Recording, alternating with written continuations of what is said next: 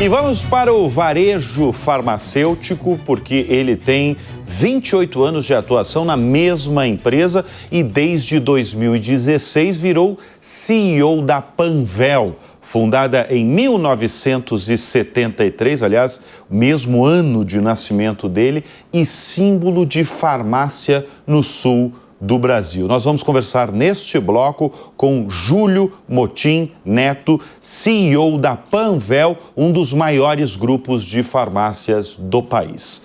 Júlio, obrigado pela presença aqui no estúdio, diretamente de Porto Alegre, veio especialmente aqui para participar do Show Business. E eu queria já imediatamente falar que nos últimos tempos, nos últimos anos, né, a Panvel tem expandido a operação física, né, de uma maneira, posso chamar até de uma maneira agressiva. Sim. Né? Vocês têm aí lançado 60 lojas por ano nos estados do Sul e também em São Paulo. Quais os planos para 2025? Bom, Bruno, em primeiro lugar, satisfação imensa estar aqui. Como eu te comentei antes, faço parte da audiência da Jovem Pan, né? Admiro muito o trabalho de vocês, é um prazer enorme. Bom, de fato, a Panvel vem crescendo, né? A partir de 2020, nós fizemos um follow-on no mercado, né? Nós fizemos uma captação no mercado de ações, era uma época onde o juro estava em 2%, então uma época super propícia para se ir ao mercado. Se captou 1 bilhão e 100 milhões de reais na época.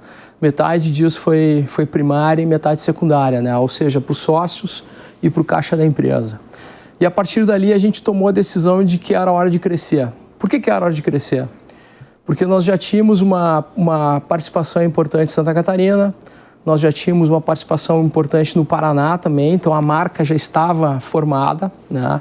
E uma das coisas mais difíceis no varejo é você ter uma marca relevante. Então nós tínhamos uma marca relevante e tomamos a decisão de crescer mais rápido. Então já é o 4º ano seguido que nós inauguramos 60 lojas por ano, né? Isso é praticamente mais do que uma loja por semana, porque são 48 semanas no ano.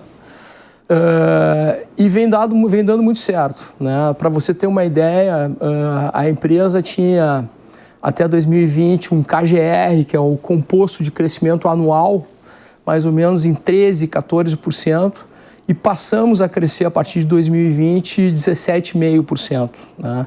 É uma empresa que deve fechar o ano de 2024 com 5 bilhões e 200 de faturamento, e a gente está mirando já o ano que vem perto dos seus 6 bilhões. Então, uma expansão que deu muito certo, né? Teve uma adesão muito grande dos consumidores, acho que muito em função dessa marca que já existia, né?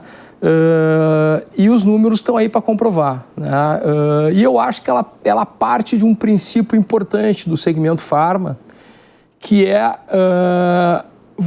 quando você expande para outros estados, você manter a sua base, né, onde você é forte. Isso é importante, porque não adianta ficar espalhando muita loja pelo Brasil, porque o setor farma é um setor altamente... que tem muito a ver com conveniência, né? As pessoas gostam de ir na farmácia próxima à sua casa.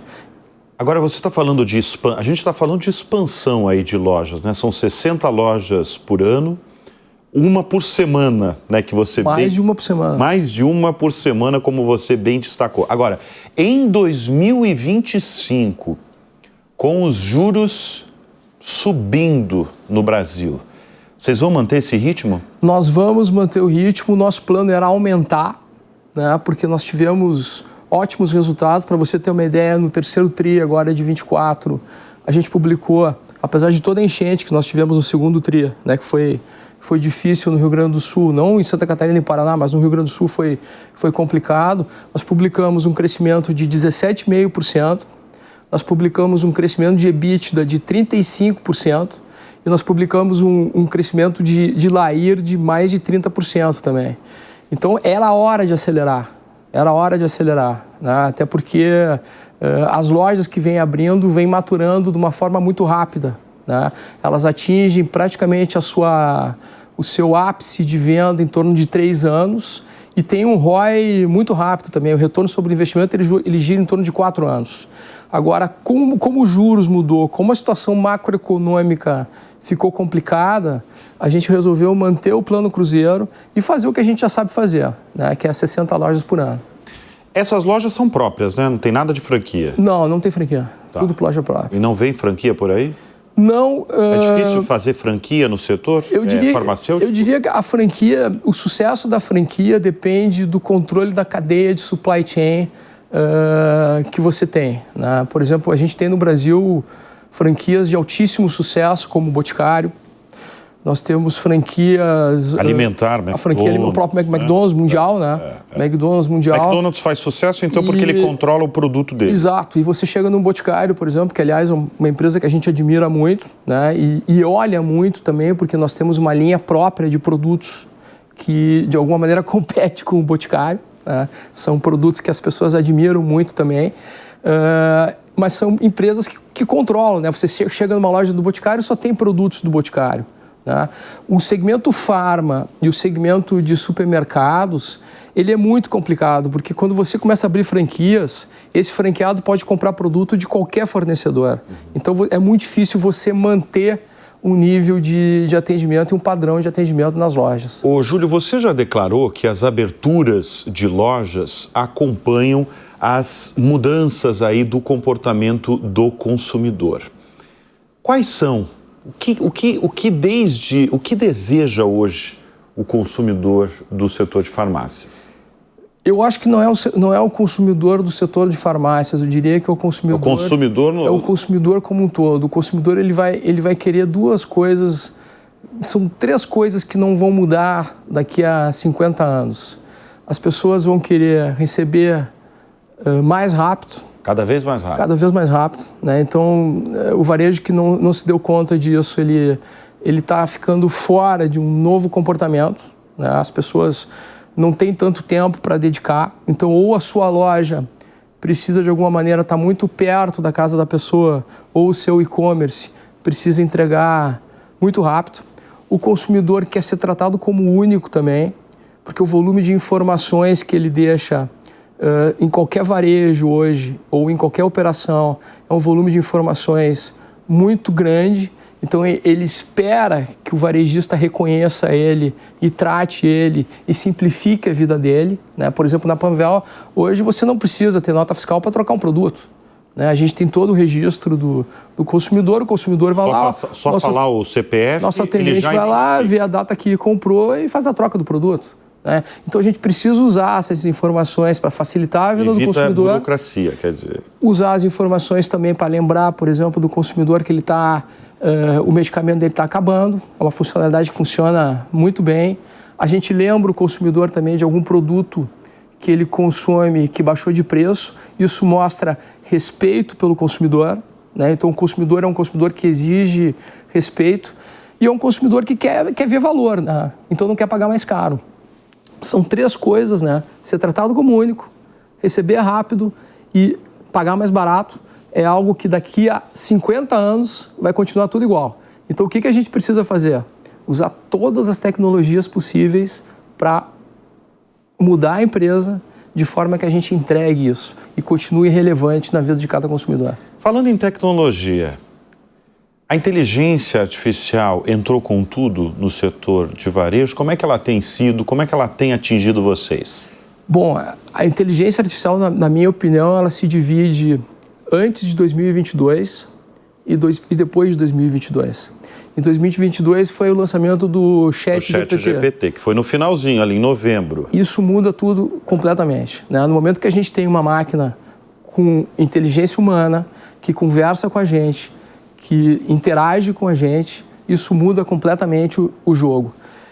Eu estive agora recentemente, há poucos meses atrás, no Vale do Silício, numa missão do Instituto Caldeira, que aliás eu faço parte do Conselho de Administração, exatamente focada em olhar para a inteligência artificial. Desde o ano passado nós montamos uma área de dados de inteligência artificial dentro da empresa e a gente encara isso como uma mudança praticamente irreversível, né? Ela vai vir e ela vai fazer 2 coisas. Ela vai aumentar muito a produtividade das empresas, vai aumentar muito a produtividade, coisas que demoravam muito vão demorar menos, coisas que precisavam de um volume grande de pessoas, vai precisar de menos pessoas e vai melhorar muito também o atendimento ao consumidor, né? E nesse foco do atendimento ao consumidor, a gente foi rápido, desenvolvemos dentro de casa o que a gente chama de Sofia. Um dos maiores problemas do setor farmacêutico é o alto turnover. A gente tem um volume grande de pessoas, como é primeiro emprego, né, que chega dentro da loja e é uma experiência complicada, né? Você chegar no balcão da farmácia, vem uma pessoa que você nunca viu na vida, mal-humorada porque comprar medicamento ninguém gosta. Pede um produto que você nunca ouviu na vida também. Sim. Pergunta se aquele produto dá para tomar com um determinado produto. Não tem nem ideia, né? O que a gente fez? A gente criou um modelo de LLM, que é o Large Language Model, que é o mesmo modelo que o ChatGPT usa. Desenvolvemos dentro de casa. E a Sofia hoje ela está presente em todas as lojas da Panvel e ela é consultada por todos os 10 mil... Mas a Sofia eu chego dentro da sua farmácia, eu sou atendido pela Sofia Não, máquina, então. Você é atendido pelo ser humano. Pelo ser humano que ele encaminha... Que ele é potencializado pela Sofia. Eu acho que o primeiro caminho da inteligência artificial vai ser isso. Vai ser potencializar o ser humano, né? Então, uma pessoa, por exemplo, que entrou para trabalhar dentro da Panvel, fazem 3 meses, não tem treinamento nenhum. A pessoa vai lá e pergunta para ela, qual é o tipo de receita que eu preciso para comprar uma Ritalina? O atendente vai lá na Sofia, pergunta, e na hora vem a resposta. Isso é ouro, né? Isso vale ouro, porque ele aumenta a qualidade do atendimento, ele diminui o estresse do funcionário, e a gente acredita muito que diminuindo o estresse do funcionário, e a gente acredita muito que a jornada do colaborador é o que facilita a jornada do consumidor, né? Aumenta muito a qualidade daquele atendimento, né? Então isso já existe na Panvel hoje. Nós inclusive fizemos alguns testes com o ChatGPT e a Sofia hoje, em termos de medicamento, em termos de atendimento em farmácia, ela é o melhor modelo de inteligência artificial do mercado. É para ver que você é um apaixonado por tecnologia, né? Total. Total, né? Total. Você passou boa parte da sua trajetória no marketing. Desde o início. Desde o início no marketing, né? Embora você tenha formação de economia. Eu sou economista. O que essas duas áreas aí, e que eu estou descobrindo através dessa sua participação aqui no Showbiz, que você é um apaixonado por tecnologia, porque você brilha o seu olho, você falar de inteligência artificial, de novas tecnologias, antes dessa pergunta também. O que tudo isso ajuda você quando você senta na cadeira de CEO? Vamos falar especialmente do marketing, que você, durante muitos anos, ocupou cargos nessa posição, nessa função, e também na sua formação. Eu acho que, na minha opinião, traz uma pegada de inovação para a companhia, né? Porque o que a gente vê muito em companhias é uma carreira financeira, né? Geralmente o CFO termina virando CEO. E quando um apaixonado como eu, pelo comportamento do consumidor, por tecnologia, assume essa cadeira, a organização inteira ela se adapta, né? As pessoas que vêm trabalhar com a gente são pessoas diferentes. O comportamento das pessoas é diferente, porque eu não sou apaixonado por tecnologia, eu sou apaixonado pelo comportamento do consumidor. Eu não sou apaixonado por farmácia, eu sou apaixonado por saúde, por proporcionar saúde. Mas você Se tiver que ser através de farmácia, nós vamos continuar abrindo farmácia. Se tiver que ser através do mundo digital, através de inteligência artificial, nós vamos ir por esse caminho. Então, o foco é o cliente, o foco é o comportamento do consumidor. E é isso que eu sou apaixonado. E quando a gente tem um CEO apaixonado por isso, a organização toda, de alguma maneira, ela se contagia por isso, né? Então, eu acho que esse é o benefício. Quando a gente sai do varejo farmacêutico e vai para outros varejos, né, você vê uma outra realidade da de vocês. Você vê uma série de empresas tradicionais, fechando lojas físicas e apostando tudo no digital. A gente está falando desde o início do programa que a realidade de vocês é diferente. Vocês não param de abrir lojas pelo país, especialmente em determinadas regiões. Volto a repetir, mais de um lançamento, uma abertura de lojas por semana no Brasil. Por que o setor, por que a unidade física é tão importante para o setor? Bom, tem duas características, né? A primeira é um setor altamente regulado. Precisa ter uma farmácia para vender alguns tipos de produtos e medicamentos. Precisa ter uma receita, né? Hoje digital, mas ela tem física também, né? Os marketplaces não podem vender medicamentos, o que eu acho uma decisão correta, né? A gente olha hoje para os marketplaces e vê uma gama de produtos com origem duvidosa, e com medicamento a gente não pode brincar, né? Uma outra coisa também é que a farmácia, ao longo do tempo no Brasil, ela ocupou um espaço muito importante em higiene e beleza. E esse mercado de higiene e beleza é um mercado que tem uma característica muito grande de inovação, de lançamento de produtos, né? E não tem lugar melhor para você ter contato com o lançamento de produtos do que a loja física. E tem um terceiro movimento interessante também, que eu acho que aí é uma característica do setor inteiro, tá? E não necessariamente apenas da Panvel. Esse volume de lojas, essa proximidade com o consumidor, essa digitalização que está acontecendo na Panvel, mas a gente vê que está acontecendo nos concorrentes também. A Panvel hoje tem 22% de participação de venda digital. É a maior participação do mercado, né? Isso eu ia perguntar para você. Não, mas o digital representa o quê do faturamento? 22%. 22%? 22%. É a maior participação do mercado. Não existe forma de entregar mais rápido na casa do consumidor um medicamento ou um produto de higiene e beleza que não seja através de uma farmácia. Então a farmácia virou não um passivo, como as agências bancárias viraram um passivo para o setor financeiro, mas elas viraram um ativo no mundo digital. Nós entregamos em meia hora. A gente consegue entregar na casa do consumidor em meia hora. Ninguém vai conseguir fazer isso. Então, esse ponto é importante, né? E às vezes as pessoas me perguntam, você não se preocupa demais com o volume de lojas que está abrindo, não tem concorrente demais? Eu digo, eu me preocuparia mesmo se estivesse fechando farmácia. Não, sem dúvida. Enquanto continua abrindo, está tudo certo, né? É um ótimo sinal para o mercado. Qual que é o segredo de uma farmácia de sucesso? Bom, a farmácia de sucesso, a primeira coisa, ela tem que ter o que o cliente procura. Bom, tem que chegar lá e o produto tá lá, tá na gôndola. Não tem frustração maior que você chegar com 3 produtos e só tem 2. Então esse, para mim, é o... Ter produto à disposição. É o job want to be done, tá? Até temos hoje algumas tecnologias, por exemplo, se o consumidor chegar numa loja da Panvel e por acaso não encontrar um terceiro produto e encontrar 2 itens que ele estava buscando, esse terceiro produto a gente consegue fazer a venda e entregar na casa dele. Nós temos o que a gente chama de prateleira infinita. Mas o primeiro papel da farmácia é esse, tá? É ter uma medicação. E eu acho que a farmácia ela vem conquistando também um posto importante de prevenção de saúde, né? Isso foi algo que foi adquirido durante a pandemia. As farmácias foram o grande local de testagem para Covid, e aquilo foi um embrião do que hoje a farmácia faz, né? A gente tem hoje todos os tipos de vacinas, a gente tem teste de PSA para controlar câncer de próstata, a gente tem perfil lipídico, nós temos uma série de exames hoje dentro da farmácia, inclusive eletrocardiograma. Tem um equipamento hoje que você coloca os 2 dedos nele e ele te dá o teu eletrocardiograma em 15 minutos dentro da farmácia. Então a tecnologia vem evoluindo, vem se tornando mais portátil. Hoje a Panvel não abre uma loja sem uma sala de atenção farmacêutica. Outro segmento que vem crescendo muito também, vitaminas. As pessoas estão vivendo mais, as pessoas estão chegando nos 50 anos. E as pessoas estão mais preocupadas. Mas elas querem viver melhor. Tá. Não é só viver mais, é viver com mais qualidade também.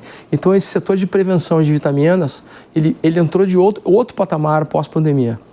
E tem a cereja do bolo, que é a cereja do bolo da Panvel. Eu não vejo em outros segmentos, em outros concorrentes dentro do mesmo segmento, mas a Panvel realmente se diferencia em beleza. Ela é a melhor farmácia para a mulher do Brasil hoje. Nós temos uma pegada de beleza que nenhuma outra farmácia tem. Nós temos um mix diferenciado e nós temos a marca própria hoje com maior penetração de participação de venda do mercado. Dá para ver que você é um bom marqueteiro, hein? Você é um bom vendedor, Júlia. Você aprendeu isso? Já veio com você? É da sua família? Um pouco dos dois, tá? O que você está fazendo nesse... O que você fez nessa resposta é puro marketing. Eu confesso para você que a primeira vez que eu fiz uma apresentação em público, minha mão tremia de nervoso. Depois a gente vai pegando a tarimba, né, e vai aprendendo. Mas eu sou apaixonado pelo negócio, né? Eu acho que isso é importante, entendeu? A gente se apaixonar pelo que a gente faz. Né? Que é o mesmo brilho no olho que eu vejo em você, por exemplo. Né? Apresentando aqui o programa e vibrando com isso. Porque eu gosto de histórias, eu gosto de ouvir as histórias de quem faz a economia girar, quem emprega. Vocês têm quantos funcionários hoje? Nós temos 11.500. 12.500? 11.500. 11.500. Impressionante. Gente. Agora, falando de história, vocês começaram há 51 anos como uma distribuidora de medicamentos, é isso? A empresa, a Panvel começou em 73, o mesmo ano que eu nascia.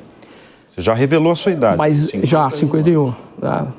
Pareço talvez um pouco mais. Não, essa nossa audiência vai falar, viu? Não parece não, vai. Mas a empresa começou um pouquinho antes, tá? Porque as duas redes que fundaram a Panvel, que foi a Panitz e foram a Velgos, daí que vem o nome Panvel, tinha uma dificuldade logística muito grande na época. Demorava muito para os produtos chegarem no Sul. No Rio Grande do Sul ou nos 3 estados? E o pedido mínimo era muito grande também. Você tinha que comprar uma caixa inteira de produto. Não existia distribuição de medicamento na época. Então, qual foi a coisa que eles montaram na época? Eles montaram um centro de estoque compartilhado. Então, foi o centro de estoque compartilhado em 1967. A partir dali, esse centro de estoque compartilhado, ele terminou virando um atacado. Porque as outras farmácias tinham o mesmo problema também. E elas batiam naquele centro de distribuição para comprar produtos. E ali começou um atacado, né? Que foi super importante para nós na época inflacionária. Década de 80, início dos anos 90, foi uma época muito inflacionária. Então, o ciclo de giro de caixa naquela época era importante. O atacado, você comprava na baixa e vendia na alta. Em 30 dias girava o estoque, fazia caixa e tocava o negócio. Era um negócio muito bom. Por isso que eu digo, o varejo brasileiro efetivamente começou em 1994 com a estabilidade da economia.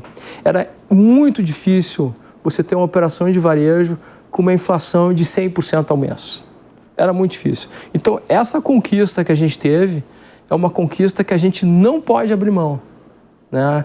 Então, eu acho que um dos maiores males que existe para uma economia, para a geração de emprego e para o próprio pessoa assalariada é a volta da inflação. Então, a gente precisa trabalhar de forma a prevenir que isso nunca mais aconteça.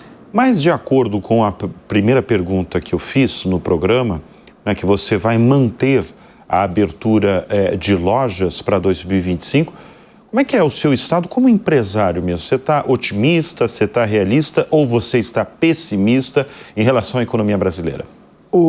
Bruno, eu confesso que eu estou um pouco pessimista, tá? Eu acho que o Brasil é um país com muita potencialidade.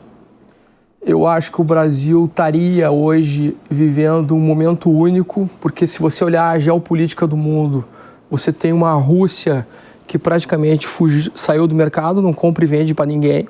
Inclusive os russos nem cartão de crédito tem mais.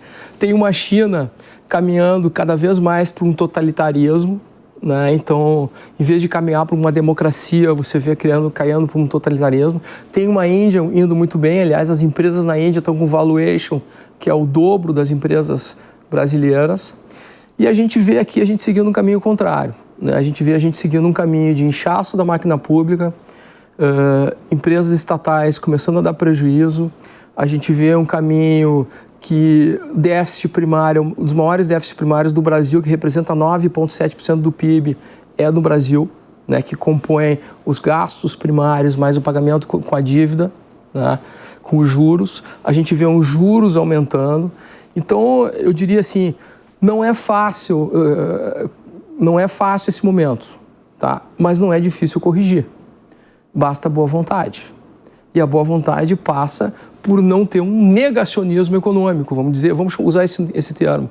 Fazer a coisa certa, né? Buscar uma economia, buscar gastar menos que arrecada. Eu acho que é fácil corrigir. O Brasil é um país com muito potencial e eu acredito muito nesse potencial. O que a gente precisa é voltar ao rumo certo na economia. E como está o nosso Rio Grande do Sul em dezembro de 2024? Porque você, Júlio, como gaúcho, você comandando uma empresa gaúcha com mais de 400 lojas no Rio Grande do Sul? Mais de 400 lojas. Mais de 400 lojas no Rio Grande do Sul. O Brasil inteiro se comoveu este ano com a tragédia das enchentes no estado que você, inclusive, já citou aqui neste bloco. Como é que está hoje o povo gaúcho, a economia gaúcha, o dia a dia de vocês? O gaúcho é muito resiliente, tá? Isso é uma característica do povo e eu diria que o gaúcho tocou sua vida, né? Ele tá tocando, tá crescendo, tá abrindo negócio, a economia está girando no Rio Grande do Sul. Inclusive os dados de PIB, de alguma maneira, eles mostram isso. Mas foi um momento muito difícil. Para nós foi muito difícil também. Muitas lojas foram impactadas duramente, né? A nossa sede fica em Eldorado do Sul, que é a cidade mais impactada. 95% da cidade de Eldorado ficou embaixo d'água. A nossa sede estava nos 5% que não ficou, graças a Deus. Mas a gente ficou 40 dias sem conseguir chegar até a sede. Nós tivemos 700 funcionários que perderam tudo. Nós chegamos a ter 85 lojas fechadas durante o período. Não tinha água, a cidade de Porto Alegre ficou 15 dias sem água. Nós montamos uma operação de caminhão-pipa para levar água até as lojas, para dar um mínimo de condição para as pessoas trabalharem. E eu vou te confessar assim, Bruno, a gente deixou o negócio em segundo lugar e a gente focou em ajudar as pessoas. Tá? E isso foi muito bom. Isso foi muito bom porque a gente saiu dali com um espírito de equipe, um espírito de união e de empresa, né, que nós já tínhamos, mas que a gente se deu conta que a gente tinha. Tá? E isso foi legal. A gente ajudou muita gente, a gente reconstruiu casa, tinha 15 gerentes nossos que estavam sem casa, a gente reconstruiu a casa da pessoa do zero, mobiliou a casa dessas pessoas, a gente deu Pix para vários funcionários, vale colchão. Então nós mobilizamos, criamos uma plataforma de solidariedade, onde os 11 mil funcionários podiam se cadastrar e se proporem a ajudar as pessoas. Foi um momento da gente exercer o nosso lado humano, né? É uma catástrofe que eu te confesso que eu não esperava passar por ela, porque a gente acabou de ter uma pandemia, né? Eu nunca imaginei que nós viríamos mas a gente termina saindo mais forte num movimento desses, né? Mas eu acho que o Rio Grande do Sul vem se recuperando e vai se recuperar. Já estamos com o aeroporto de volta, que já é um ganho, né? E é isso, bola para frente, vamos tocar. Bom, falando da história aí do grupo Panvel, né, que começou como uma distribuidora de medicamentos, o seu pai é um dos fundadores, né? O meu pai é um dos fundadores. É um dos fundadores, né? Exato. Mas família, é só você que está lá dentro? Família, nós já tivemos, o meu próprio pai foi presidente durante bons anos, né? Inclusive passou a sucessão para mim desde 2016. É uma empresa que tem capital aberto desde a década de 80, né? Com um pequeno float. Na época a gente tinha um capital aberto, mas era meio fechado. A gente realmente ficou capital aberto a partir de 2020 mesmo, com call de resultado, dando satisfações, enfim. Mas é uma empresa que sempre priorizou a meritocracia. Tá? Isso foi interessante. Inclusive, eu te diria mais, Bruno, explica muito hoje a diversidade que a gente vê na empresa. Para você ter uma ideia, hoje 70% das lideranças da companhia são mulheres, são do público feminino. Nós nunca olhamos raça, gênero, preferência sexual, é algo que a gente nunca olhou. E isso vale também para os membros da família. A gente sempre olhou para a meritocracia. Então, o principal da companhia sempre foi... A gente sempre colocou a empresa em primeiro lugar do que a família. Até porque tem uma frase do John Davis que ele fala e que eu concordo muito com ela, que ele é um fã de empresas familiares, tá? Em primeiro lugar, é importante dizer isso, ele é fã. As empresas familiares dão resultados melhores do que as empresas não familiares. Tem o olhar do dono, né? A gente vê... E o Brasil é um país feito de empresas familiares. Se você pegar os grandes grupos brasileiros, são familiares, né? Mas o fato é o seguinte, a família cresce mais rápido do que a empresa.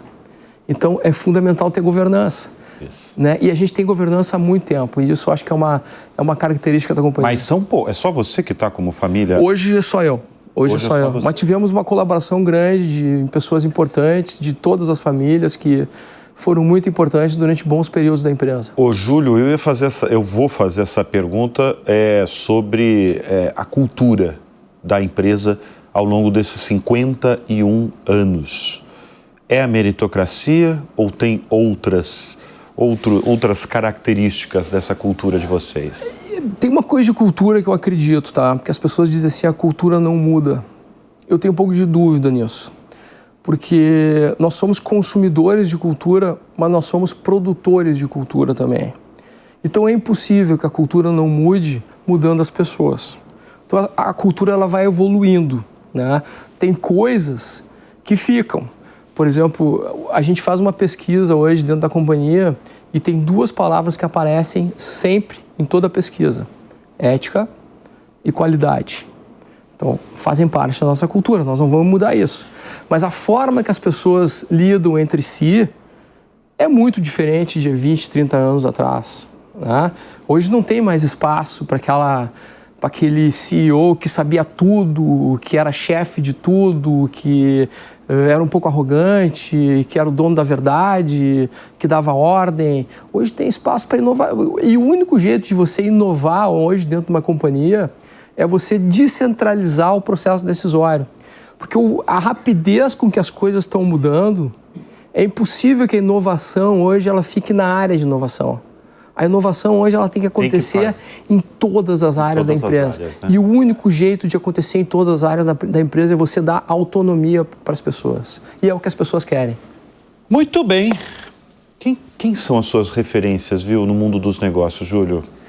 Bom, tenho várias. Tem várias, mas seleciona aí. Várias referências. A primeira é meu pai, né, que foi uma pessoa muito importante para mim, me trouxe a disciplina que eu tenho, minha vontade de trabalhar.